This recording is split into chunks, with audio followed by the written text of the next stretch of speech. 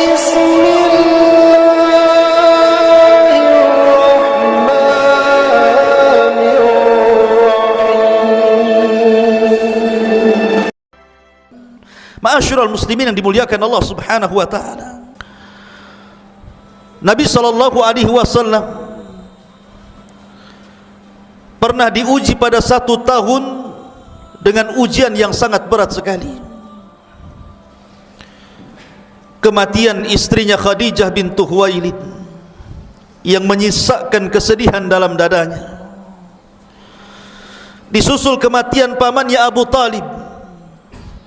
Walaupun dia mati kafir, tapi banyak menolong dakwah Nabi sallallahu alaihi wasallam. Sehingga tahun kedua orang yang sangat dicintai Nabi sallallahu alaihi wasallam saat meninggal keduanya, tahun itu pun disebut Amul Hazni, tahun kesedihan. Maka Nabi sallallahu alaihi wasallam mulai banyak penentangan, ancaman, bahkan upaya pembunuhan dari para pembesar Quraisy dan orang-orang kafir Quraisy. Sehingga Nabi sallallahu alaihi wasallam harus mencari areal baru untuk berdakwah. Berangkatlah Nabi sallallahu alaihi wasallam ke Taif. Bukannya penduduk Taif kemudian menerima dakwah Nabi sallallahu alaihi wasallam. Justru perlakuan orang Taif kurang lebih dengan perlakuan orang-orang Mekah, melempari Nabi sallallahu alaihi wasallam sampai Rasul harus lari sejauh 1 mil. Dan Nabi sallallahu alaihi wasallam luka-luka. Dan banyak lagi musibah yang dilalui Nabi sallallahu alaihi wasallam. Maka tepat 1 tahun sebelum hijrah Nabi sallallahu alaihi wasallam, Allah Subhanahu wa taala ingin menguatkan hati Rasul dengan diberikan mukjizat besar berupa peristiwa Isra dan Mi'raj Nabi sallallahu alaihi wasallam yang banyak dicatat oleh para sahabat Nabi sallallahu alaihi wasallam yang sampai kepada kita. Bahkan para ulama mengatakan, saking banyaknya sumber dan peristiwa Isra Mi'raj yang dinukilkan para sahabat Nabi sallallahu alaihi wasallam, sampai jumlah para sahabat yang meriwayatkan hadis tentang Isra Mi'raj itu sampai 26 sahabat lebih. Di antaranya Anas bin Malik, Ubay bin Ka'ab, Jabir bin Abdullah, Hudzaifah bin Yaman, Ibnu Abbas, Ibnu Umar, Abi Dzar Al-Ghifari, Abi Sa'id Al-Khudri, Abu Bakar As-Siddiq, Ummu Hani, Ummu Salamah, dan sederetan para sahabat Nabi sallallahu alaihi wasallam yang meriwayatkan peristiwa itu. Peristiwa Isra dan Mi'raj adalah peristiwa yang luar biasa. Tidak ada satupun manusia di dunia yang melakukan safar, melakukan rihlah sehebat yang dilakukan Nabi sallallahu alaihi wasallam pada peristiwa Isra dan Mi'raj itu. Bagaimana tidak waktu yang sangat singkat, mampu melakukan perjalanan dari Masjidil Haram sampai ke Masjidil Aqsa. Bukan sampai di sini saja, tapi sampai ke Sidratul Muntaha. Dan pada malam yang sama Rasul kembali ke Mekah dan ke tempat kediamannya. Ma'asyiral muslimin yang dimuliakan Allah Subhanahu wa taala, ketika Nabi sallallahu alaihi wasallam sedang tertidur di rumah Ummu Hani, ada yang mengatakan di Hijr, datang Jibril alaihi salatu wassalam membawa buruk, kendaraan para nabi. Kemudian bersamanya 2 malaikat yang membelah dada Nabi sallallahu alaihi wasallam kedua kalinya. Setelah di masa kecil Nabi sallallahu alaihi wasallam pernah dibelah dadanya ketika di rumah Halimah As-Sa'diyah, maka ini pembelahan kedua dada Nabi sallallahu alaihi wasallam ketika permulaan perjalanan Isra dan Mi'raj. Kenapa? Kenapa Nabi SAW dibelah dadanya, kemudian dibersihkan dengan air Zam-Zam? Karena peristiwa ini adalah peristiwa besar. Nabi akan diperlihatkan kekuasaan Allah di langit, dan tidak bisa dilihat kecuali oleh orang-orang yang hatinya bersih, karena Nabi akan masuk kepada alam para malaikat. Ma'asyiral muslimin yang dimuliakan Allah Azza wa Jalla, Kemudian Nabi SAW pun naik di atas buruk. Ketika buruk hendak ditunggangi Nabi SAW, tiba-tiba buruk bergerak dan tidak mau ditunggangi Rasul. Tiba-tiba Jibril mengatakan kepada buruk, ya buruk, wallahi demi Allah, ma raqiba ahadun akram min Muhammadin sallallahu alaihi wasallam. Wahai buruk, diam kamu, demi Allah tidak ada manusia yang lebih mulia yang menunggangi di atas tungganganmu melebihi Muhammad sallallahu alaihi wasallam. Maka tiba-tiba buruk pun terdiam, sehingga Nabi sallallahu alaihi wasallam bisa naik di atas buruk. Kemudian buruk melesat sejauh mata memandang sekali langkah. Dari sini Nabi sallallahu alaihi wasallam sebelum kemudian sampai di Baitul Maqdis, maka Jibril kemudian membawa Nabi sallallahu alaihi wasallam pertama ke Madinah. Kemudian diceritakan oleh Jibril bahwa ini adalah tempat hijrah dirimu 1 tahun setelahnya. Kemudian setelah itu Nabi sallallahu alaihi wasallam dibawa kepada Tur Saina atau Bukit Tur Saina, tempat di mana Musa alaihi salatu wasallam berbicara dengan Allah Subhanahu wa taala. Kemudian setelah itu Nabi sallallahu alaihi wasallam mampir di Baitul Lahmin atau Bethlehem, tempat di mana Isa bin Maryam dilahirkan, dan Nabi sallallahu alaihi wasallam salat di situ. Kemudian baru Nabi SAW melanjutkan perjalanan sampai di Baitul Maqdis. Dari sini Nabi SAW kemudian mengikat buraq di sebuah tembok yang hari ini orang-orang Yahudi menjadikan tembok itu menjadi tembok ratapan, tempat menangis mereka. Disitulah tambatan buraq sebelum Nabi SAW masuk ke Masjidil Aqsa. Ketika Nabi SAW masuk ke Masjidil Aqsa, dilihatnya para nabi sudah berkumpul di Masjidil Aqsa dan siap untuk diimami Nabi SAW. Dan ini menunjukkan bahwa Nabi SAW ketika mengimami para nabi dan rasul, maka sepakat bahwa dia adalah Sayyidul Anbiya'i wal Mursalin, Sayyidul Awwalina wal Akhirin. Dia pemimpin para nabi dan rasul, bahkan pemimpin orang-orang yang mula-mula dan orang yang terakhir mati. Itulah Nabi SAW. Setelah Nabi SAW melaksanakan salat, maka Nabi SAW sebelum naik ke langit dimi'rajkan oleh Allah Subhanahu wa taala, maka Nabi SAW disodorkan 2 minuman, 1 khamar dan 1 air susu. Maka Nabi SAW memilih air susu dan tidak memilih khamar, padahal ketika itu khamar belum diharamkan. Tapi Nabi SAW tetap memilih susu dibandingkan khamar. Maka Jibril mengatakan, laqad hudita wa hudiyat ummatuka ya Muhammad, sungguh engkau diberikan petunjuk mengikuti fitrahmu, dan umatmu juga akan mendapatkan petunjuk itu. Subhanallah, bagaimana Nabi SAW memilih sesuatu yang di luar daripada fitrahnya. Karena minuman keras itu sesuatu yang di luar dari fitrah manusia. Makanya Nabi SAW setelah diharamkan khamar oleh Allah Subhanahu wa taala mengatakan bahwa khamar adalah ummul khaba'ith, induk dari segala keburukan. Bagaimana mungkin khamar akan dilegalkan? Ma'asyiral muslimin yang dimuliakan Allah Subhanahu wa taala. Setelah itu Nabi SAW kemudian dihantar Jibril naik ke langit pertama, kedua, ketiga, keempat, kelima, keenam, ketujuh, sampai ke Sidratil Muntaha. Ketika sampai di langit pertama, maka Jibril kemudian mengetuk pintu langit pertama. Kemudian dikatakan, malaikat penjaga pintu langit pertama mengatakan, man, siapa kamu? Maka Jibril mengatakan, ana Jibril, saya adalah Jibril. Waman ma'aka, dan siapa yang bersamamu? Maka Jibril mengatakan, Muhammad sallallahu alaihi wasallam. Dia adalah Muhammad sallallahu alaihi wasallam. Kemudian malaikat penjaga langit mengatakan, awaqad uhiya ilaihi, apakah sudah ada perintah bahwa dia boleh naik ke langit? Maka Jibril mengatakan, ya, sudah dapat perintah dari Allah Subhanahu wa ta'ala. Maka penjaga langit mengatakan, fa ni'mal maji'i ja'a, sebaik-baik orang yang datang adalah orang ini, maksudnya Nabi sallallahu alaihi wasallam. Disitulah dia berjumpa dengan Adam alaihi salatu wassalam.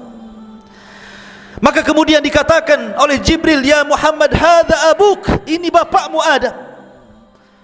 Fasallim alaihi, ucapkan salam kepadanya. Maka Nabi SAW datang kepada Adam dan mengatakan, assalamu alaikum. Maka Adam menjawab, waalaikumsalam, marhaban bibni salih wa nabiyyan salih, selamat datang anakku yang saleh dan nabi yang saleh. Maka kemudian dia melihat Adam alaihi salatu wassalam, apabila memandang ke arah kanan tersenyum, dan apabila memandang ke arah kiri dia menangis. Kemudian dikatakan kepada Jibril, kenapa Adam berbuat seperti itu? Maka Jibril menjelaskan, karena Adam apabila melihat ke kanan, dia melihat anak turunannya, mereka masuk surga. Tapi ketika dia melihat ke kiri, dia menangis karena ada juga sebagian anak keturunannya masuk neraka. Maka kemudian Nabi SAW naik ke langit kedua. Kemudian ditanya oleh penjaga langit kedua dan mengatakan, man, siapa anda? Jibril mengatakan, ana Jibril. Wa man ma'aka, siapa bersama Muhammad sallallahu alaihi wasallam? Awa qad uhiya ilaih, sudahkah diwahyukan kepadanya dia boleh naik ke langit? Kata Jibril, ya. Fa ni'mal maji'i ja. Akhirnya kemudian Nabi sallallahu alaihi wasallam dan Jibril naik ke langit kedua. Disitulah Nabi sallallahu alaihi wasallam di langit kedua berjumpa dengan dua nabi. Pertama Yahya ibn Zakaria dan juga Isa bin Maryam alaihi wassalam. Kemudian keduanya menyambut Nabi sallallahu alaihi wasallam, marhaban bi akhin salih wa nabiyyin salih, selamat datang saudaraku yang saleh dan nabi yang saleh. Kemudian naik ke langit ketiga. Di situ berjumpa dengan Nabi Yusuf alaihi salatu wassalam. Yusuf pun mengatakan, marhaban bi akhin salih wa nabiyyin salih, selamat datang saudaraku yang saleh dan nabi yang saleh. Naik lagi ke langit keempat, berjumpa dengan Idris. Idris pun berbicara sama, marhaban bi akhin salih wa nabiyyin salih. Naik ke langit keempat, berjumpa dengan Harun. Kelima berjumpa dengan Harun. Harun pun mengucapkan hal yang sama. Naik ke langit keenam, berjumpa dengan Nabi Musa alaihi salatu wassalam, sampai naik ke langit ketujuh berjumpa dengan Ibrahim, dan dialah satu-satunya nabi yang mirip wajah dan fisiknya dengan Nabi sallallahu alaihi wasallam. Kata Ibrahim, marhaban bibnin saleh wa nabiyyin saleh, selamat datang anakku yang saleh dan nabi yang saleh. Ma'asyiral muslimin, kenapa dijumpakan dengan para nabi ini? Bukankah para nabi banyak? Bukankah yang kita kenal dalam Al-Quran 25 nabi dan rasul? Dan bukankah jumlah para nabi itu 120.000 nabi berdasarkan hadis Abi Dzar Al-Ghifari radhiyallahu an? Kenapa hanya dijumpakan dengan nabi-nabi ini saja? Ada apa hikmah di balik dijumpakan dengan Nabi Adam, Yahya, Nabi Musa, Nabi Yusuf, Idris, Harun, Musa dan Ibrahim? Kata para ulama, adapun hikmah berjumpa dengan Nabi Adam, karena Adam alaihi salatu wassalam telah hijrah dari surga ke dunia, dan Nabi sallallahu alaihi wasallam akan hijrah, diusir dari Mekah ke Madinah sebagaimana diusirnya Adam dari surga ke dunia. Adapun Yahya, Nabi Yahya ibn Zakaria dan Nabi Isa ibn Maryam, kenapa dipertemukan oleh Allah dengan keduanya? Karena Yahya ibn Zakaria dan juga Isa bin Maryam, kedua nabi disakiti orang Yahudi. Bahkan Yahya dipenggal lehernya, lepas dari kepala, dari badannya. Dan juga Isa bin Maryam hampir dibunuh. Kalau bukan karena Allah mengangkat ke langit, tentu dia sudah mati dibunuh orang-orang Yahudi. Maka Rasul pun kelak akan mengalami hal yang sama, disakiti orang-orang Yahudi Madinah. Sampai Labid bin Asam, seorang Yahudi Madinah, menyihir Nabi sallallahu alaihi wasallam dan berupaya membunuh Nabi sallallahu alaihi wasallam. Adapun berjumpa dengan Nabi Yusuf alaihi salatu wassalam, karena Yusuf disakiti keluarganya. 11 saudaranya menyakiti Nabi Yusuf, memasukkan ke dalam sumur. Akhirnya diambil para pedagang, kemudian dijual menjadi budak di Mesir. Maka Nabi SAW juga sama, akan disakiti oleh keluarganya. Bahkan orang yang pertama kali memusuhi dakwah Rasul adalah pamannya sendiri, Abu Lahab. Sampai Allah turunkan ayat tabbat yada abi lahabi wa tab ma agna anhu maluhu wa ma kasab sayasla naran dzata lahab wa imra'atu hammalatal hatab fi jidha hablum min masad. Adapun berjumpa dengan Nabi Idris, karena Idris diangkat derajatnya sebagaimana Rasul pun diangkat derajatnya. Wa rafa'nahu makanan 'aliyya, kami angkat Idris ke tempat yang tinggi. Dan Allah juga mengatakan wa rafa'na laka dzikrak, dan kami angkat penyebutanmu wahai Muhammad. Adapun berjumpa dengan Nabi Harun, Harun adalah orang yang lembut dengan kaumnya, dengan Bani Israel. Maka Nabi SAW juga sama orang yang lembut. Fabima rahmatin minallahi linta lahum walau kunta faddan ghalidhal qalbi lan faddu min hawlik. Fabima rahmatin minallahi linta lahum, karena bukan karena rahmat Allah. Kalau bukan karena rahmat Allah, engkau bisa lembut kepada manusia. Sebab kalau engkau keras, kata Allah, manusia akan lari. Karena engkau diutus itu sebagai rahmat lil alamin, menebar kasih sayang di tengah-tengah manusia. Laqad ja'akum rasulun min anfusikum azizun 'alaihi ma 'anittum harisun 'alaikum bil mu'minina raufur rahim. Itulah sifat Rasul, raufur rahim, rahim. Ma'asyiral muslimin yang dimuliakan Allah Azza wa Jalla. Adapun berjumpa dengan Nabi Musa, Musa terlalu lelah mengobati Bani Israel. Sampai-sampai Rasul mengatakan rahimallahu akhi Musa qad udhiya aktsar fasabar. Semoga Allah merahmati Nabi Musa, sungguh telah diuji banyak kali oleh Bani Israel, tapi dia sabar. Maka Nabi SAW juga sama. Ketika dia berdakwah ke Taif, dia lempari batu oleh penduduk Taif. Datang malakul jabal, malaikat penjaga bukit, dan mengatakan, ya Muhammad, kalau engkau mau, kami akan lemparkan bukit ini kepada penduduk Taif. Tapi Rasul mengatakan, la, jangan. Kata Nabi SAW, fa inni arju min aslabihi man qala la ilaha illallah, karena saya masih mengharap dari anak turunan mereka ada yang mengucapkan kalimat la ilaha illallah, walaupun tidak bapak-bapak mereka. Kemudian Rasul mengatakan, Allahumma hdi biqaumin fa innahum la ya'lamun. Ya Allah, berikan hidayah kepada mereka karena mereka enggak tahu. Adapun berjumpa dengan Ibrahim, karena Ibrahim yang membangun Baitullah Al-Haram, mengajak manusia haji dan mengagungkannya. Maka juga Nabi SAW mengajak manusia untuk haji. Kata Rasul SAW, khudhu anni manasikakum, ambillah manasik haji kalian dari diriku. Maka kita disuruh mengagungkan Ka'bah sebagaimana Ibrahim juga mengagungkan Ka'bah. Itulah kenapa Nabi SAW hanya berjumpa dengan nabi-nabi ini saja, karena ada hikmah dan pelajaran yang sangat berharga dari pertemuan Rasul dan nabi-nabi ini di langit pertama sampai ke-7. Ma'asyiral muslimin yang dimuliakan Allah Subhanahu wa taala. Setelah Nabi SAW diangkat ke langit ke-7, bahkan kemudian diperlihatkan Baitul Ma'mur. Setiap hari 70.000 malaikat salat di Baitul Ma'mur, kembali keluar dan tidak pernah kembali. Kemudian keesokan harinya ganti dengan malaikat yang sama jumlahnya dengan malaikat yang baru. Kemudian keesokan harinya ganti lagi dengan malaikat yang baru dengan jumlah yang sama. Menunjukkan bahwa jumlah malaikat itu banyak, karena tidak ada 4 jengkal jari kecuali ada malaikat yang ruku dan sujud dan berzikir kepada Allah di langit. Wa ma ya'lamu junuda rabbika illahu wa ma huwa illa dzikrul lil bashar. Bagaimana Allah mengatakan tidak ada yang tahu berapa jumlah tentara Allah kecuali Allah sendiri. Maka kemudian Nabi SAW melihat para malaikat yang berada di langit. Kemudian Nabi SAW naik sampai akhirnya sampai di sebuah tempat yang Jibril tidak sanggup untuk sampai ke tempat itu. Tempat itu disebut Sidratil Muntaha. Nabi SAW diberikan kemuliaan. Tidak ada satupun Nabi dan Rasul sebelum Nabi SAW yang sampai di Sidratil Muntaha. Dan ini kemuliaan.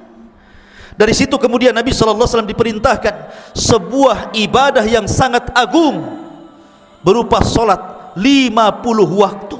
Anda bayangkan 50 waktu.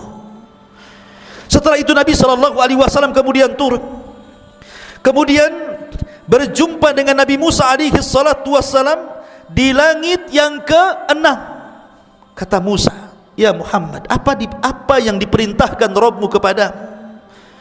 Maka Rasul mengatakan, khamsuna salatan, Allah memerintahkan kepadaku dan untuk disampaikan kepada umatku 50 waktu salat. Kata Musa alaihi salatu wassalam, ya Muhammad, inna ummataka la tastati 50 salatan kulla yaumin wa inni qad jarrabtu an-nasa qablaka wa alajtu bani Israil ashaddal mu'alajah. Wahai Muhammad, umatmu tidak akan sanggup untuk melaksanakan 50 kali solat dalam setiap waktu, karena umat sebelummu sudah kucoba, mereka tidak sanggup, dan aku sudah berusaha juga memerintahkan Bani Israel dengan ibadah yang seberat itu, mereka tidak sanggup juga, apalagi umatmu yang lemah. Sebaiknya kau ke langit lagi, minta keringanan kepada Allah, at-takhfif. Akhirnya Rasul naik ke langit. Kemudian Allah memberikan keringanan 5 waktu menjadi 45. Kemudian Musa mengarahkan kembali untuk minta keringanan menjadi 40, 35, 30, 25, 20, 15, 10 sampai kepada 5 waktu. Musa pun masih ingin bahwa Rasul itu meminta keringanan 5 waktu itu. Tapi Rasul mengatakan, fastahyaitu Rabbi, aku sudah malu dengan Rabbku. Maka 5 waktu itu sama dengan 50 waktu. Jadi 1 kali solat sama dengan 10 kali solat. Oleh karena itulah jangan pernah meninggalkan solat, karena besarnya pahala solat. Maka Nabi SAW kemudian setelah itu turun. Kemudian Nabi SAW bingung. Dia menyendiri bagaimana, apa yang harus diceritakan kepada manusia tentang peristiwa yang aneh ini. Tentu mereka akan mengejekku, tentu mereka akan mentertawakan aku. Rupanya di tengah-tengah sedang gundah gulana itulah datang Abu Jahal. Kemudian Rasul menceritakan kepada Abu Jahal peristiwa semalam. Kata Abu Jahal, ya Muhammad, bagaimana kalau kukumpulkan manusia, kau bicara di hadapan manusia itu, ceritakan apa yang kau ceritakan kepada aku. Tapi maksudnya Abu Jahal supaya manusia mengejek Rasul. Maka Abu Jahal mengumpulkan manusia, kemudian menghadirkan Rasul. Kata Abu Jahal, ya Muhammad, ceritakan apa yang kau ceritakan kepadaku akan peristiwa semalam. Maka Rasul menceritakan bagaimana perjalanan Isra dari Masjidil Haram ke Masjidil Aqsa, dari Masjidil Aqsa ke Sidratul Muntaha. Semua orang mentertawakan kisah itu, bahkan sebagian orang yang sudah masuk Islam murtad karena merasa aneh dan ajaib. Peristiwa apa ini? Ketika itu Abu Bakar tidak hadir. Datanglah orang-orang kepada Abu Bakar, maksudnya orang-orang Quraisy, untuk memberitahu kegilaan Muhammad menurut mereka. Tapi Abu Bakar justru menjawab dengan jawaban yang luar biasa. Kalau seandainya ada cerita dari lisan Rasul yang lebih mustahil daripada Isra dan Mi'raj, maka aku orang yang pertama membenarkannya. Dari situlah disematkan kalimat As-Siddiq di belakang kata-kata Abu Bakar, karena dia orang yang membenarkan di saat manusia mendustakan peristiwa Isra dan Mi'raj itu.